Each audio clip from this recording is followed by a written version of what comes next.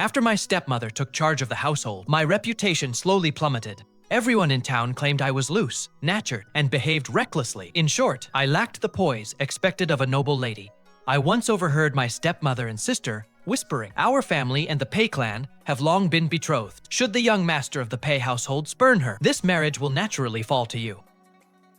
You are virtuous and talented, while she is just a motherless village girl with a foul reputation. What could she possibly have to compete with you?" Pei Qingchi would never believe such lies. He and I grew up together, and he passed the imperial examinations at a young age. He is truly peerless. Yet, I still harbor concerns. Truth be told, we haven't seen each other in years. I should find him and explain the situation myself. I am neither loose nor reckless. It was my stepmother and sister who conspired to ruin my reputation. Therefore, when Lady Pei invited me to the capital's flower viewing festival, I did not refuse. In the central courtyard, my servant accompanied me to look for Pei Qingchi. I happened to hear him talking with his fellow students. "I hear you have a childhood betrothed from some remote place like Xingzhou. What a waste of Brother Pei's peerless talent and looks. You're even fit to marry a princess. Must you really settle for that crazy village girl? The third young lady of the Dingguo mansion, is she not enamored with you? In my opinion, it would be better to break that engagement and marry the third young lady instead." Clang.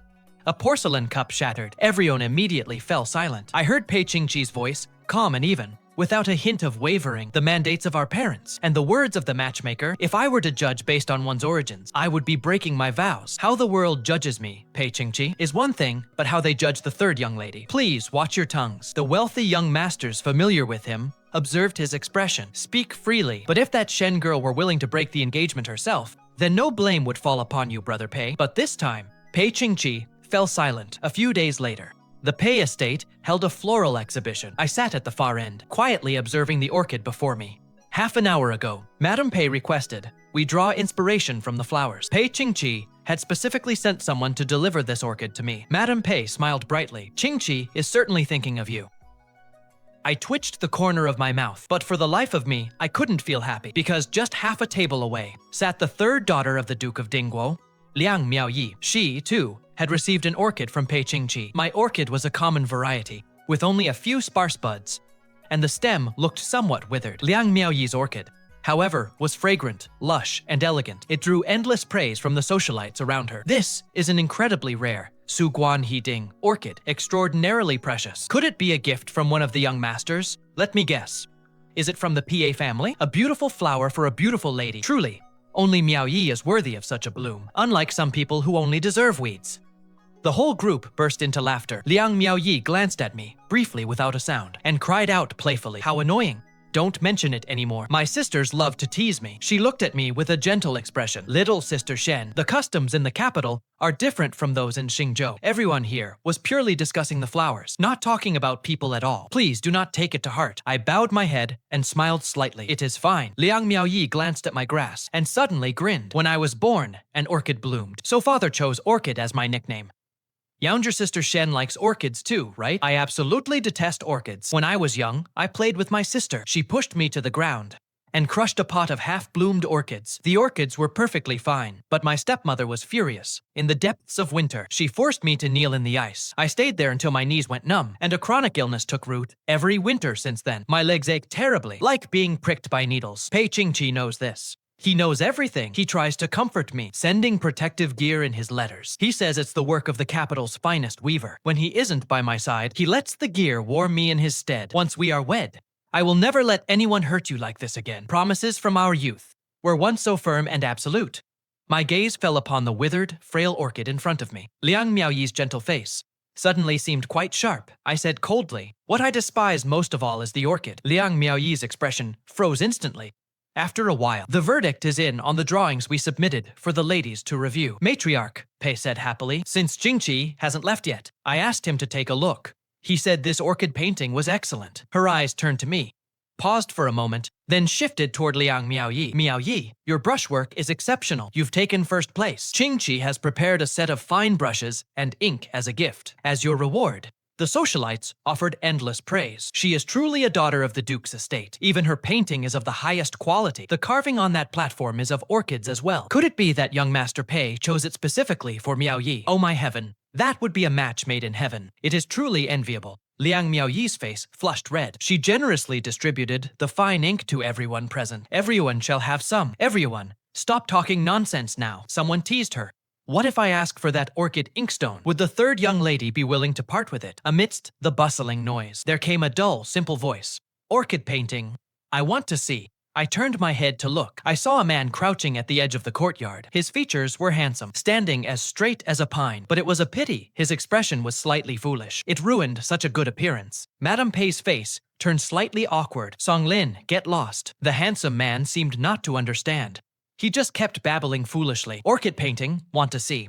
The 6 noble ladies shifted their gazes and laughed, saying, to be honest, I also want to see the third young lady's orchid painting. The winning paintings of previous years were always there for everyone to appreciate together. Why is this year's so secretive? Could it be that young Master Pei really has something illicit with the third young lady, even keeping a single painting hidden away? Madame Pei and Liang Miaoyi both looked incredibly awkward. Everyone knew that Pei Qingchi and I were already betrothed. Casual teasing is one thing, but if Pei Qingchi had truly kept Liang Miaoyi's painting in secret, that would be an illicit affair and truly shameless. Liang Miaoyi's face changed, looking toward Madame Pei. Why not lay all the paintings out, so that we may judge them fairly? Madame Pei was caught in a difficult position. She had no choice but to order them to be brought out. The scrolls were all unfurled under the scorching sun. 100 different exotic flowers, vivid and lifelike. The handsome young man leaned in to take a look as well. Still, looking completely dazed, he pointed at the paintings, his tone silly and dim-witted. This one, that one,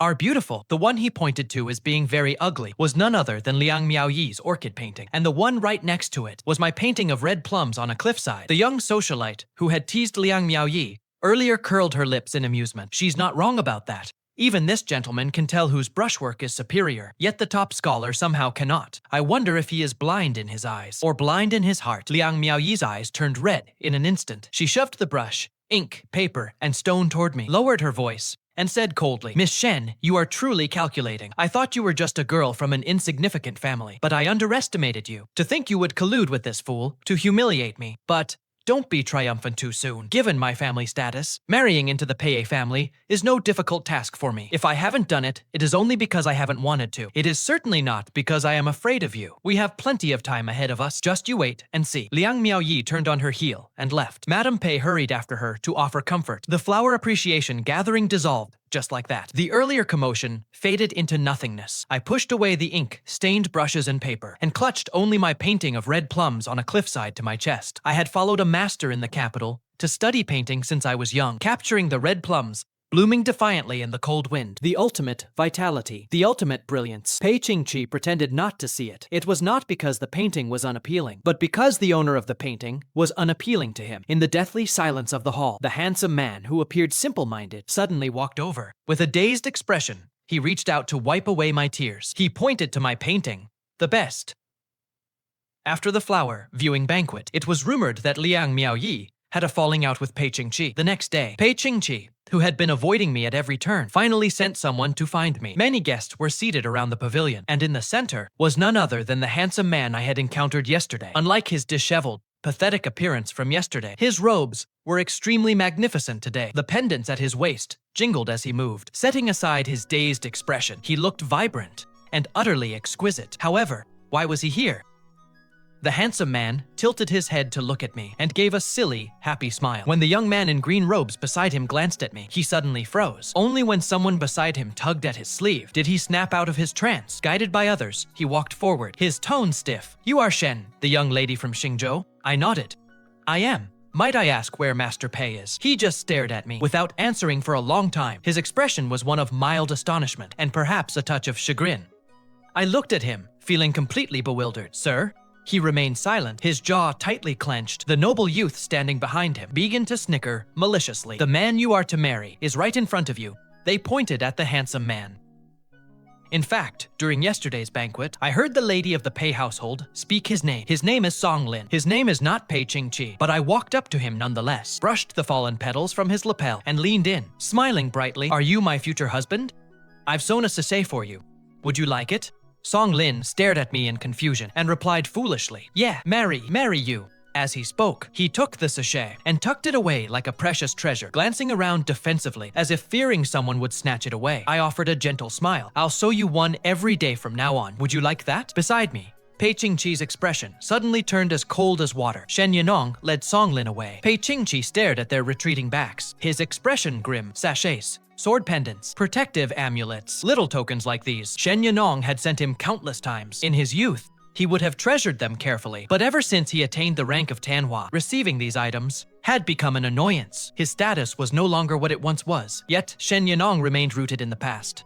Pei Qingchi loathed these small trinkets, and even more, the old marriage contract that bound him. It was merely that her grandmother had saved his grandmother, so why should he have to sacrifice his entire life to repay it? Shen Yinong had sensed his distance, and gradually stopped making these things. Later on, she stopped even sending letters. That was for the best. Pei Qingchi thought indifferently, so that Miaoyi wouldn't keep growing jealous and wallowing in sorrow. But after being apart for years, seeing the mature Shen Yinong with my own eyes, and watching her give her genuine affection and smiles to another Pei Qingchi, an indescribable sense of irritation stirred in his heart. That sachet was clearly meant for him.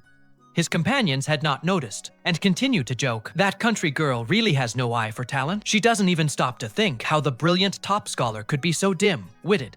A crazy girl and a fool. I'd say they're a perfect match. Let's send a jar of wine over tonight to help bring about a happy union. Amidst the unrestrained mockery of the group, Pei Qingchi, with a gloomy expression, crushed his wine cup. Although Song Lin's robe was fine, it was a very poor fit. The sleeves were too short, and the shoulders were too narrow. I suspect it was one of Pei Qingchi's garments, since he was much larger than Pei Qingchi. Seeing him struggling in it, I said, "Take it off, and let me alter it for you, shall I?" He sniffled, and looked at me, completely bewildered, recalling the whispers I had just overheard. Those noble sons were making fun of him, calling him a dullard. Someone with nothing but raw strength, who couldn't understand plain speech. If they told him to go east, he would insist on going west. If they told him to sit down, he would insist on standing up. I wondered how much suffering he had endured. In this snobbish Pei household, my heart ached, and I sighed. It is fine if you don't want to take it off. I was just worried it was uncomfortable for you. But when I looked up again, I saw he had already nimbly shed his outer robe and was reaching for his inner garments, his collar falling into disarray, revealing his firm shoulders. I blushed instantly, holding down his hands as he tried to continue. That is enough. In my sudden urgency, I used a bit too much force. I didn't expect him to be so frail that he would be pushed onto the couch. He even knocked his forehead, leaving a red mark. Song Lin rubbed his forehead as he sat up, taking hold of my hand, and stared at me with confusion. Yet he refused to let go. "Pardon my offense. Please forgive me. I took Song Lin to get some clothes made before I came to the capital. My father, ignoring my stepmother's objections, insisted on giving me a large sum of money. He wanted me to dress exquisitely to ensure I won Pei Qingchi's favor. But I had no desire to win anyone's favor, so that money had no purpose. It could just be used to buy clothes for Song Lin. The clerk wanted to take Song Lin's measurements, but he adamantly refused. As big and tall as he is, he looked as pitiful as a small animal. His watery eyes were fixed on me. When the clerk tried to force him, he swatted him away with a single blow. The pitiful little animal had turned back into a wild beast. The clerk, with a miserable face, came to me to complain. "My lady, your husband will only listen to you. Why don't you take his measurements yourself?"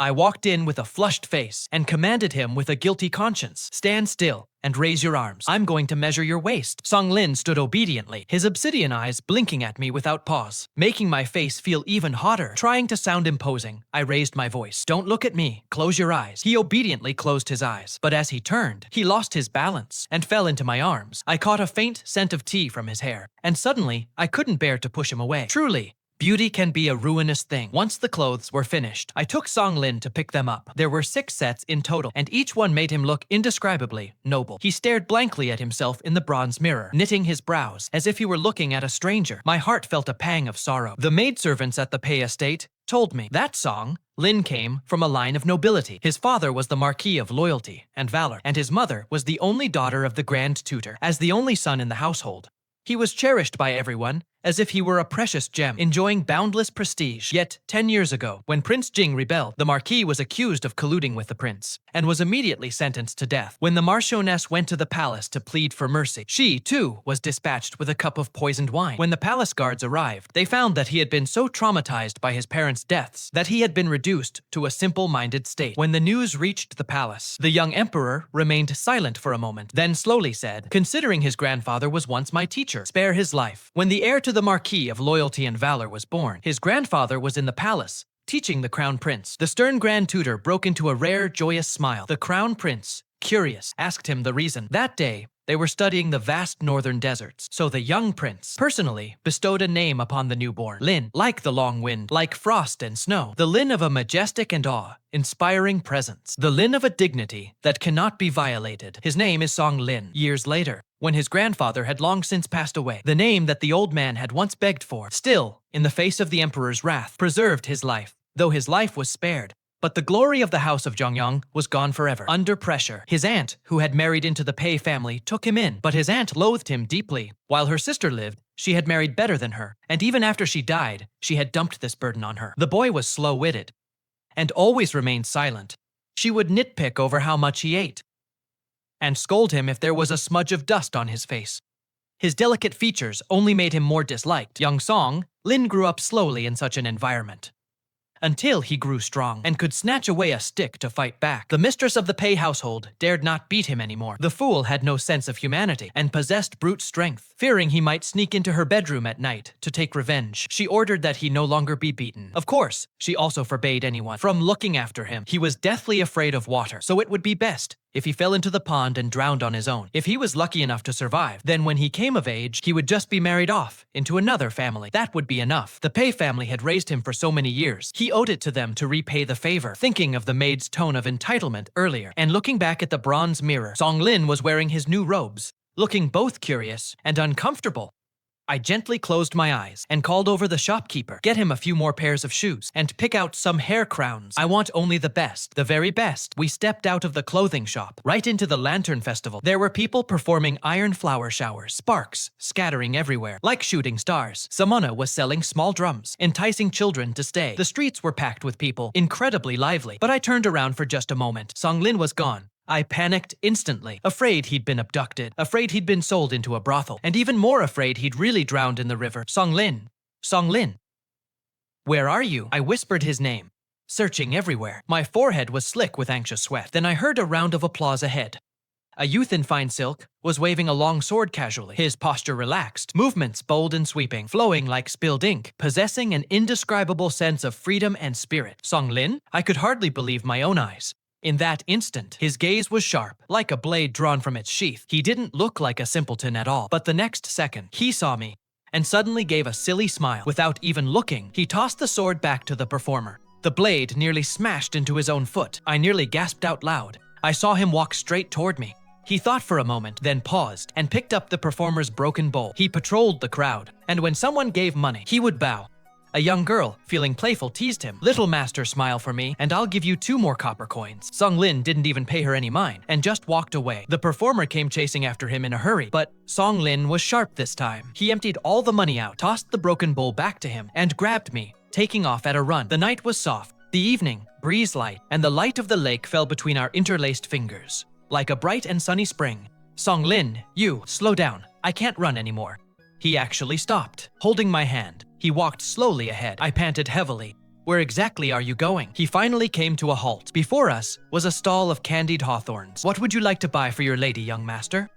The old man asked. I don't know what word touched him, but Song Lin suddenly beamed with joy. He took another skewer, until my hands were full. I stopped him, laughing and crying at once. Thank you, but I can't eat all of these. The money earned from the street performance was spent in an instant. Song Lin, however, didn't mind at all. He widened his eyes, looking at me with a silly expression. It is very sweet. You eat. It will make you happy. Inside the carriage, Pei Qingchi lifted the curtain. This was the scene he witnessed. A skewer of candied hawthorns. Shen Yinong ate one, then quickly passed it back to Song Lin. The two shared a single skewer, looking at each other, back and forth. Though they didn't say a single word, they laughed together in perfect unison, happy as 2 little children. Pei Qingchi's face was terrifyingly grim. In front of him, Shen Yinong had never smiled so brightly. He appeared before her with all sorts of excuses, hoping to make up for his mistakes at the flower appreciation banquet. It wasn't that he didn't know the painting of the cliff. Plum Blossoms was excellent. It was just that Liang Miaoyi was prone to temper tantrums, and he had no choice but to appease her, and Shen Yinong was his fiancée, always gentle and forgiving. He figured she wouldn't mind such a small matter, but she did mind after all. He sent plum blossoms, sent jewelry, trying every way to win her favor. It even made Liang Miaoyi jealous and upset. Yet, Shen Yinong returned every single gift. Once she even told him calmly, I am already betrothed. Please, do not make things difficult for me. Difficult? He was clearly her intended husband. Yet he could only watch helplessly as she walked toward another Pei Qingchi. How could he possibly swallow that? Pei Qingchi flew into a rage at the friends who gave him such terrible advice, but it was all to no avail. Until one day, a classmate told him with a grin, "That betrothed lady of yours ordered several sets of men's robes at my family's tailor shop. With your birthday approaching, she must be preparing a surprise for you." Pei Qingchi suddenly came back to life. He knew it. After liking him for so many years, how could Shen Yinong not have him in her heart? He set aside his studies and hurriedly took a carriage to North Street, but the shopkeeper was quite confused, saying the young lady had just left with a gentleman to collect the clothes, and they couldn't have gone far. A gentleman? Pei Qingchi's knuckles turned white. When he looked up again, he saw this very scene. The robes she had custom made were not for him, but for Song Lin. Why? He was her true intended. The classmate watched his expression and laughed. To stay by a fool's side like that? Miss Shen is truly devoted. If he knew you were the real Pei Qingchi, the world-renowned top scholar, he would be overjoyed. Pei Qingchi's tense features slowly relaxed. True, how could Shen Yinong possibly love an idiot? She only mistakes Song Lin for him. With just a hint from me, she will surely return to my arms. Liang Miaoyi had been very irritable lately. For some reason, Pei Qingchi had become cold toward her. Though she tried to act coy several times, she was met only with his annoyed gaze. Although Pei Qingchi later explained he was just too tired, Liang Miaoyi did not believe him. She had spies within the Pei residence. She knew Pei Qingchi often wandered outside the bamboo lodge, all to catch a glimpse of that Shen girl living there. She didn't know what kind of spell that country girl had cast to actually make Pei Lang so smitten. If this continued, what would become of things? Liang Miaoyi was the youngest legitimate daughter of her family, cherished since childhood, and used to having her own way. She soon came up with a plan. She summoned her maid. "That medicine I told you about before. Administer it to her tonight." The maid hesitated slightly. "But miss, that is a girl's purity we're talking about. Besides, we are in the Pei residence. If Master Pei finds out..." Liang Miaoyi let out a cold snort. "So what if he finds out? Once the deed is done, I don't believe he would still want to marry her." She paused, her smile becoming even more chilling. Besides, it was Master P who had his cousin pose as him at the time. He is her fiancé after all. It is perfectly justified. How could she possibly blame anyone else? This was my last night at the Pei residence. My stepmother had someone send word, claiming she had fallen ill and needed me to go back and wait on her. In truth, I knew she wasn't sick at all. She was eager for me to return, for fear that if I stayed at the Pei house too long, Pei Qingchi would grow fond of me. But leaving early might be for the best. I want to tell my father that I no longer wish to marry Pei Qingchi. I want to have Song Lin marry into our family instead. After all the effort my stepmother has put in over the years, who knows how many of the concubine's offspring she secretly did away with. That's why there are only daughters and no sons in the family. Father once joked that if it were his fate to have no son, he might as well have a daughter take in a husband to carry on the family name. My stepmother and sister turned pale at the time. They dream of marrying into noble families to become phoenixes, so how could they ever be willing to stay in Hangzhou? However, if I were the one to propose taking in a husband, my stepmother would surely agree. She has long been jealous of my engagement to Pei Qingchi.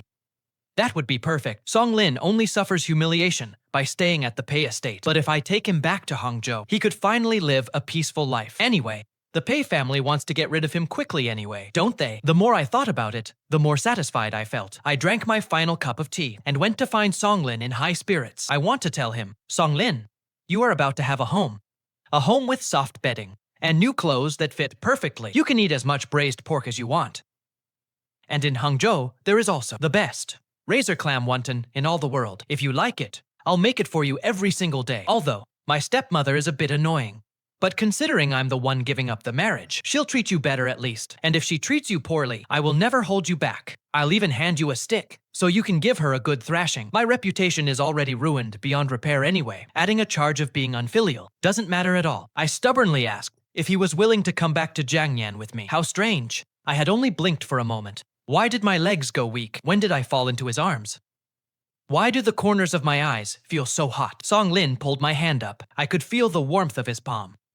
He pulled me into a tight embrace. I looked at him affectionately, reflecting a version of me that was incoherent. "You're sick," I heard him say. The tone was so soft. His gaze was so strange. "I'm not sick." I giggled and tugged at his lapels. "I just like you." Song Lin suddenly laughed. That smile was so gentle. "Then you are sick. When you aren't sick, you keep your heart locked away. You never say who you like, nor who you dislike. When wronged, you don't say a word. When sad, you don't say a word either. The sorrow just flows out of your eyes, turning into pearls." I looked at him blankly. I suddenly felt that one of us was a fool. Who is the fool? It must be him. But my whole body was growing hotter. The heat was pure agony. I irritably pushed him away. I don't want to talk to you anymore. I'm going to the lake. Yet my hands were gripped tight by him. I can't swim. If you fall in, I won't be able to save you. I felt so aggrieved. I was almost in tears. Song Lin held me firmly in his arms. His tone was grave and earnest. Do nothing reckless. I will watch over you and keep you safe. The night was quiet and deep. He stayed by my side the whole time, quietly soothing my troubled mind, guarding me through the night, maintaining proper boundaries. The next day, I woke up groggy. My head still ached terribly. Some fragmented images flashed through my mind. Before I could see them clearly, they vanished again. It must have been a dream. How could Song Lin possibly hold me in his arms to comfort me? And how could he patiently soothe me until daybreak? He couldn't even speak a complete sentence. I rolled out of bed. My clothes were remarkably neat, though my back felt a little sore. It must be that the bed at the Pei estate is too hard. I packed my bags, ready to go bid Madame Pei farewell. Just as I stepped out of the courtyard, I saw beside a cluster of bamboo a tall figure in white robes standing there. Song Lin. The spring light was bright and clear, yet he was even more radiant. Perhaps I'm biased. But why does he look smarter the more I look at him? Not slow at all. But the moment he blankly tugged at my sleeve, he turned back into a stray puppy no one wanted. Are you leaving? Please take me with you, okay? I only eat a little bit of food. I'm very easy to take care of. Madame Pei didn't even hesitate before agreeing to let me take Song Lin with me. As we were leaving, we ran into Pei Qingchi. He had been riding hard, hurrying toward us, and was completely out of breath when he reached me. You're returning to Hangzhou. When was this decided? Why didn't you tell me? Under the bright sun, he looked so anxious. Not at all like that carefree scholar who took everything in stride. I stepped back, looked up at him, and said in a calm tone, neither hot nor cold. You're joking, sir. We are neither kin nor acquaintances. So why should I tell you where I am going? Pei Qingchi froze in shock. A moment later, he shut his eyes in agony. I thought you knew. Are you still angry with me? Have you not realized all these days that I am actually— Sir, I cut him off. Sir, I must be going. Yes. I had known for a long time that he was the real Pei Qingchi, ever since he personally gave me that first pot of red plum blossoms. Whether it was the maid, Madame Pei, or the servants around him, none of them were really hiding his identity anymore. What's more, that afternoon, at the pavilion, he stood by the water in his green robes, pointed at Song Lin, and said with a smile, "That is the man you are to marry." At that moment, I had already recognized his voice. But back then, he didn't want to be my Pei Qingchi, and today, I do not wish to acknowledge him as my husband-to-be. If one repays grievance with virtue, then how is virtue to be repaid? Under the warm spring breeze, Pei Qingchi's face turned deathly pale. The next second, a long, slender hand reached out from the carriage and tugged at my sleeve. A beautiful, expressionless face peered out. The carriage is stuffy. I want you to come in. It was Song Lin. You're taking him back to Jiangnan. Pei Qingchi's lips were pressed into a thin line, his tone turning strange. Could it be that you truly have feelings for him? I nodded. I have already written to my father. My father has agreed to let me take a husband into our home. Madame Pei also supports me in breaking off the engagement. To take Song Lin back home with me. Pei Qingchi's jaw tightened visibly. You say you want to break off the engagement? The sunlight was warm and gentle, but his face seemed to drain of all color in an instant. I haven't agreed to that. Who gave you permission to break off the engagement? I smiled and asked him in return. And what does that have to do with you? Because I am Pei Qingchi. He finally said it. I am your betrothed. Just those few words. He spoke them through gritted teeth. I smiled lightly and told him with regret, but back when you assigned your cousin to me. From that moment on, he was the only one I considered my betrothed. After a long silence, Pei Qingchi closed his eyes bitterly. Are you holding a grudge against me? Is it because of Liang Miaoyi? Her family background is excellent, and she has been spoiled since childhood. She fell for me at first sight, and I had no choice but to play along. But I have always known clearly that you are my true fiancé. I only treated him like an older brother, looking after a younger sister. Besides, you never told me you were unhappy. If you had told me sooner, I definitely would have changed. A breeze blew by. His voice was hoarse and fragmented. Pei Qingchi had achieved fame at a young age, a refined and graceful gentleman through and through. When had he ever been so flustered? I interrupted him coolly. It is because of Liang Miaoyi. The sunlight was clear and intense. Pei Qingchi was still waiting for my answer. I frowned and spoke softly. When it comes to matters of the heart, men always habitually blame women. She did it on purpose. She schemed it. She is the one who wanted to hurt you, and I knew nothing about it.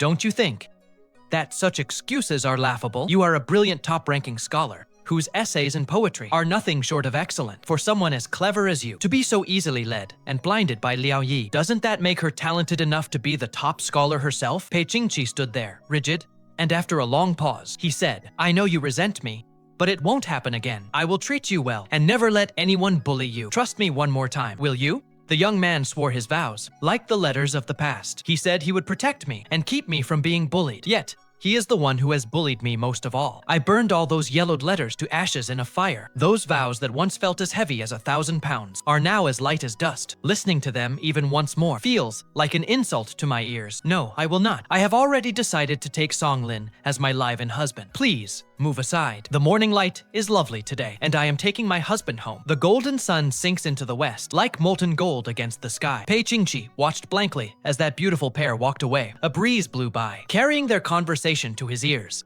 What does it mean to take in a son-in-law? It means taking you home. It means I'll provide your meals. I want to be fed. Good boy. The spring breeze is far too sentimental, with birds singing and flowers blooming, melodious and resonant, only leaving him standing where he was, like a stubborn statue.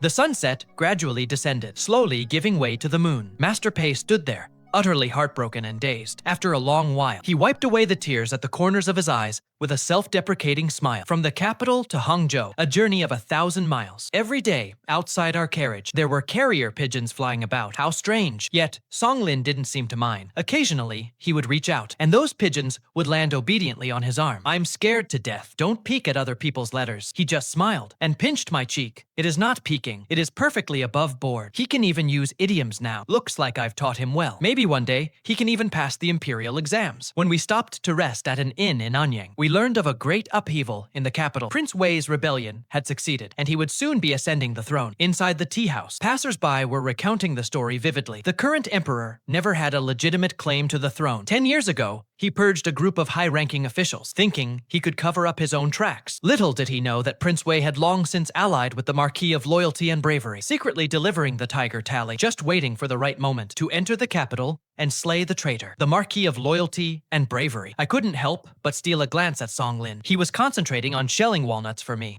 Upon hearing people discuss his father, he didn't even raise an eyebrow. Sigh, he really is a fool after all. Over there, the listeners were confused again. The Marquis of Loyalty and Bravery. Wasn't he put to death by the Emperor 10 years ago? How could a dead man provide the tiger tally and military command? I couldn't help but steal another glance at Song Lin. He just smiled. He opened his palm toward me, showing me the walnut kernels lined up neatly in his hand. "Eat." While I nibbled on the walnuts, I kept eavesdropping on the gossip. Though the Marquis of Loyalty and Bravery is dead, his old subordinates are still alive. Back then, they all fought alongside him, loyal and devoted followers. The old Marquis died unjustly, so those subordinates are all seeking revenge for him. But they have long since scattered, without a central leader. What kind of power could they possibly have? That is true, but such deep secrets are not for commoners like us to know. Haha, drink up. After some time had passed, our carriage finally arrived in the south. I imagined my father would be absolutely furious, since I had brought back a simpleton to be my live-in son-in-law. But unexpectedly, as I lifted the carriage curtain, my father was waiting at the door, wearing an incredibly sycophantic smile. "Yinong, I have sent your stepmother and sister to Lingyan Temple to practice. The best living quarters in the house have been prepared for you."